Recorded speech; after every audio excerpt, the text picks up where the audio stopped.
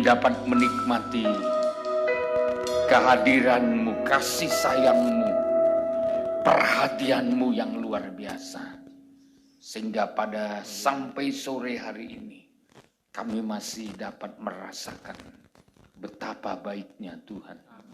Terima kasih Tuhan, kami sudah diberi kesempatan untuk memuji, memuliakan Tuhan.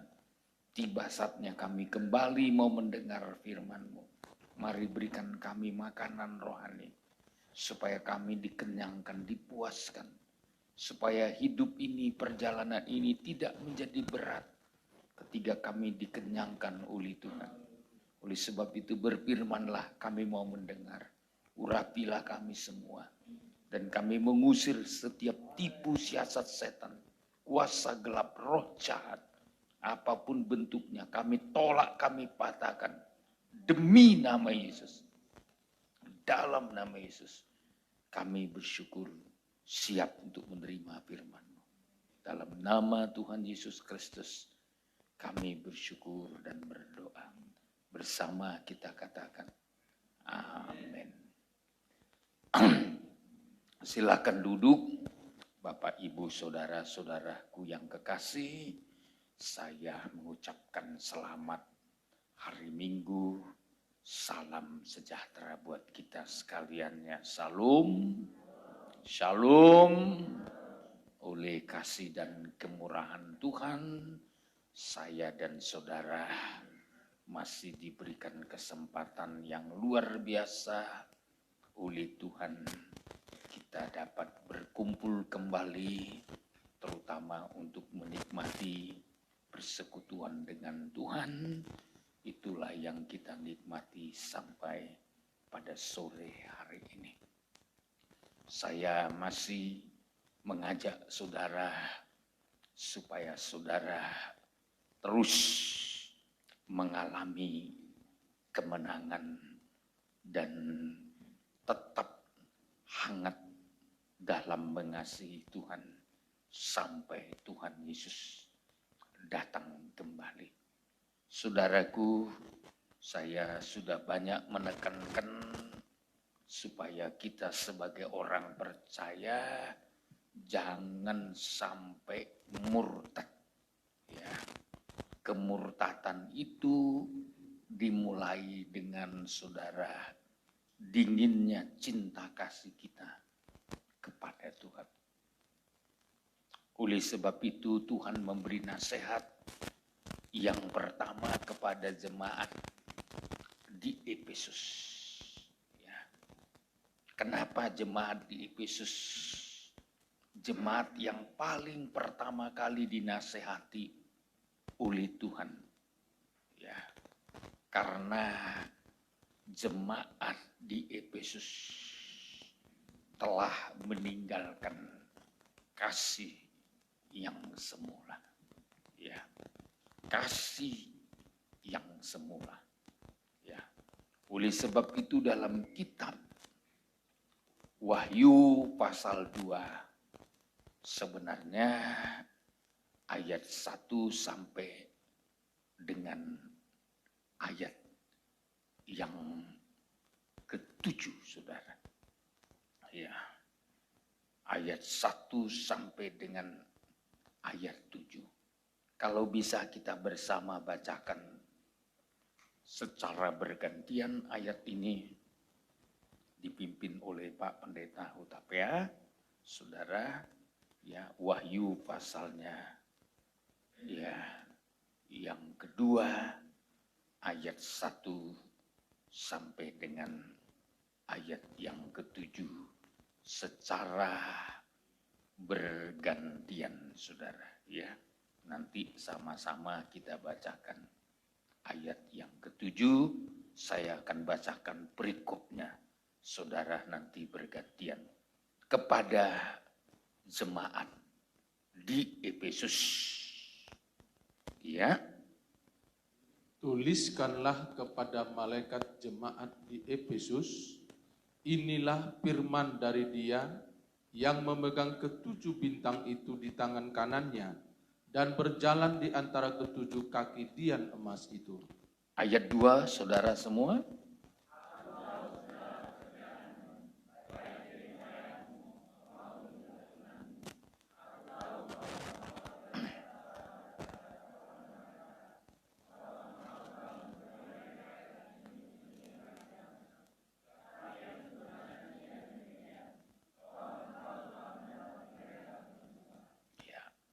ayat 3 Pak Utap ya.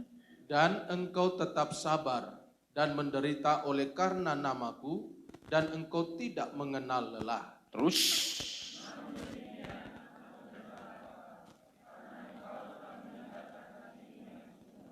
Sebab itu ingatlah betapa dalamnya engkau telah jatuh. Bertobatlah dan lakukanlah lagi apa yang semula engkau lakukan. Jika tidak demikian, aku akan datang kepadamu dan aku akan mengambil kaki dianmu dari tempatnya jikalau engkau tidak bertobat.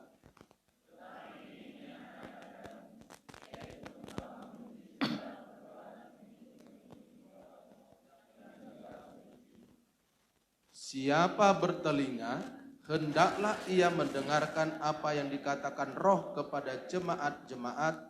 Barang siapa menang, dia akan kuberikan makan dari pohon kehidupan yang ada di taman Firdaus Allah.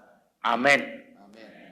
Saudara, kita sudah baca ayat 1 sampai ayat yang ke-7. Ya. Ini sebuah pelajaran penting bagi kita yang hidup di akhir zaman. Ya. Karena jemaat di Efesus, kita lihat di sini jemaat yang paling jatuh menurut Alkitab. Padahal jemaat di Efesus ini jemaat yang termasuk cukup baik. Maka saya bagi beberapa poin. Poin yang pertama, perbuatan baik kita tidak dapat menutup mata Tuhan atas kesalahan kita. Kalau kita belajar dari jemaat di Efesus dalam kitab Wahyu ini, poin yang pertama, pelajaran penting yang perlu kita renungkan. Perbuatan baik kita tidak dapat menutup mata Tuhan atas kesalahan kita. Seringkali orang Kristen keliru. Dia kira kalau dia sudah berbuat baik, maka Tuhan tutup mata. Tidak lagi melihat kesalahan-kesalahan.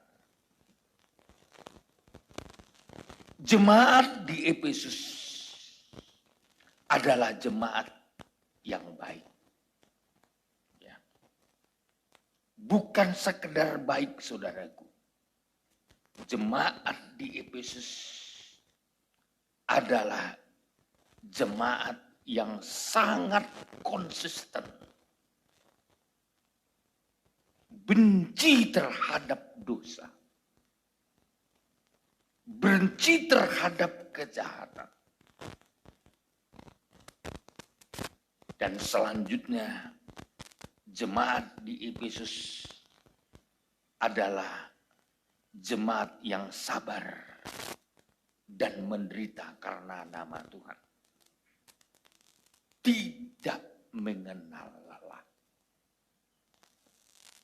Tapi mungkin saudara bertanya, apakah karakter semacam ini bisa membuat mata Tuhan tertutup? Untuk tidak melihat kesalahan-kesalahan jemaat di Efesus.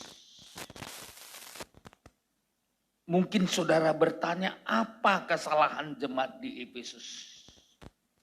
Sampai Tuhan berkata kepada mereka, betapa dalamnya engkau telah jatuh. Bertobatlah. Dosa apakah gerangan yang dilakukan oleh jemaat di Efesus sampai Tuhan berkata betapa dalamnya engkau telah jatuh.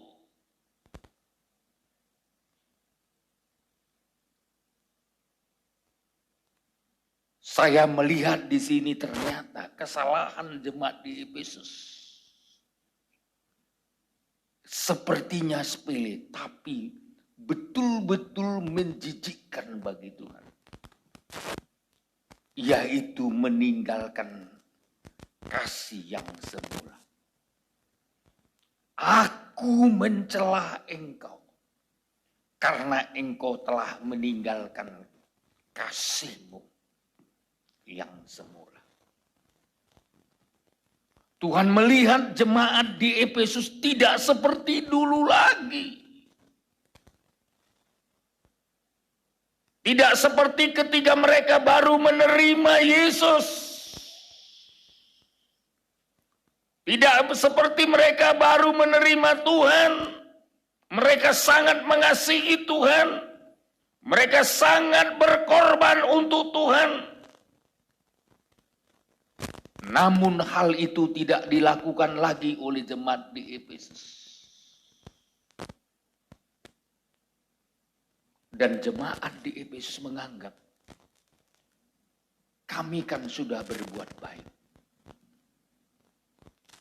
Kami kan sudah berjela. Tapi mata Tuhan tidak bisa ditutup atas kesalahan mereka, yaitu meninggalkan kasih yang semula. Dalam kebaktian Bible Study saya sudah tekankan. Kita ini berada pada zaman kemurtatan. Zaman kemurtatan. Saya menulis di sini ada 7 poin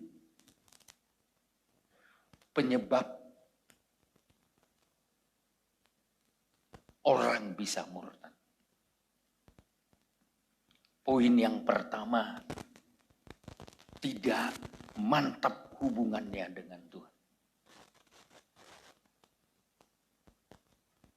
Tidak memiliki kemantapan hubungan dengan Tuhan. Poin yang kedua, ketidaksadaran status hidupnya dalam pemandangan Tuhan. Poin yang ketiga, ketidakyakinan akan hak sebagai warga kerajaan Allah. Dan poin yang keempat, ketidaktekunan kita untuk masuk dalam proses pendewasaan. Poin yang kelima, ketidaksiapan kita untuk menghadapi peperangan rohani. Poin yang keenam, ketidakmampuan kita untuk tetap setia sampai akhir.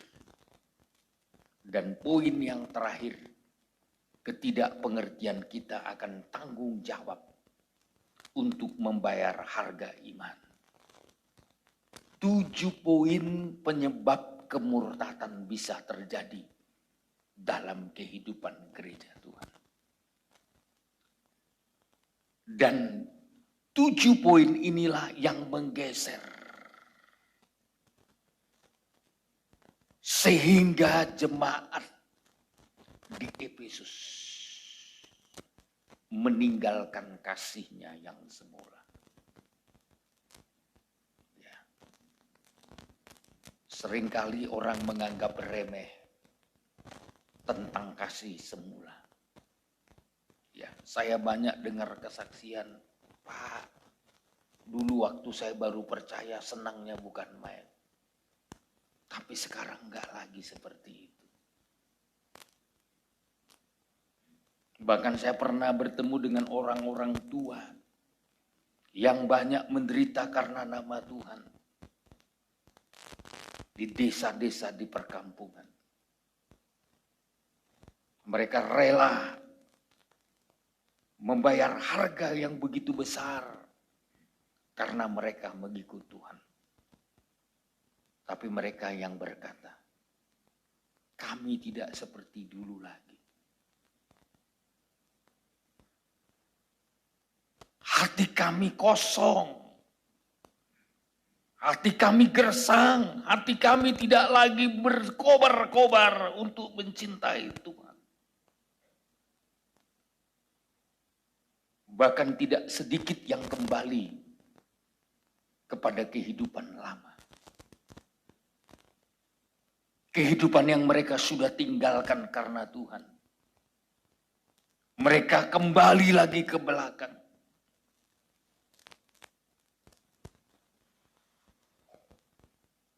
Poin yang membuat mereka meninggalkan kasih mula-mula. Meninggalkan cinta kasih mereka. Kalau kita bahas 7 poin ini, inilah intinya. Tidak menjaga hubungan yang mantap dengan Tuhan. Kalau ditanya hari ini, apakah masih mantap hubungan kita dengan Tuhan? Apakah masih seperti baru kita percaya?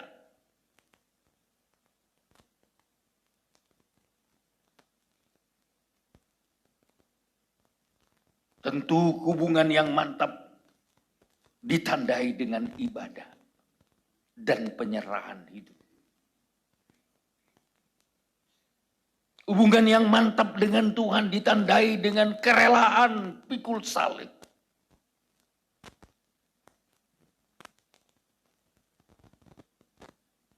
Tidak keberatan berada di tengah-tengah penderitaan.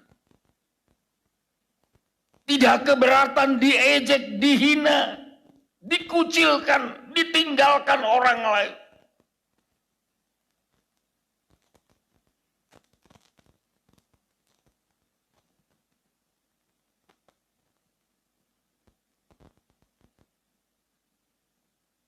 Tapi ketiga, hubungan kita sudah tidak mantap dengan Tuhan. Kita tinggalkan kasih mula-mula.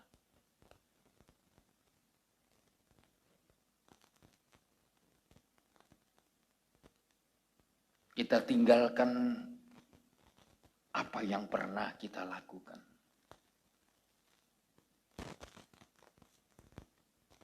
Saya kalau renung-renungkan, gak usah orang lain kita tuduh. Pribadi kita saja yang kita koreksi. Betulkah kita masih seperti dulu dalam mengasihi Tuhan? Andai kata Tuhan datang,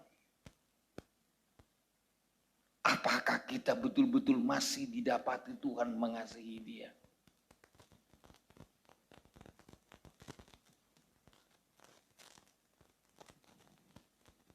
Apakah hati kita betul-betul tertuju kepadanya? Jawaban itu ada pada kita pribadi lepas pribadi.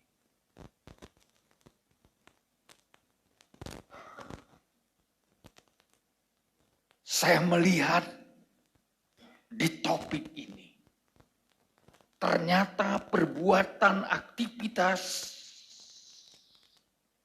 pekerjaan, jerih lelah tidak dapat menutupi kesalahan fatal yang diperbuat oleh jemaat di Efesus.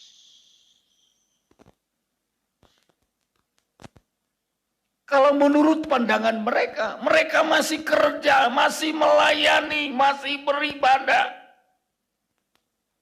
masih menderita, masih berkomitmen tidak mau berdosa. Tapi mata Tuhan melihat ternyata mereka sudah mengalami kemerosotan yang amat dalam, meninggalkan cinta mereka kepada Tuhan. Ada banyak orang Kristen masih beraktivitas, masih ikut paduan suara, masih ikut grup.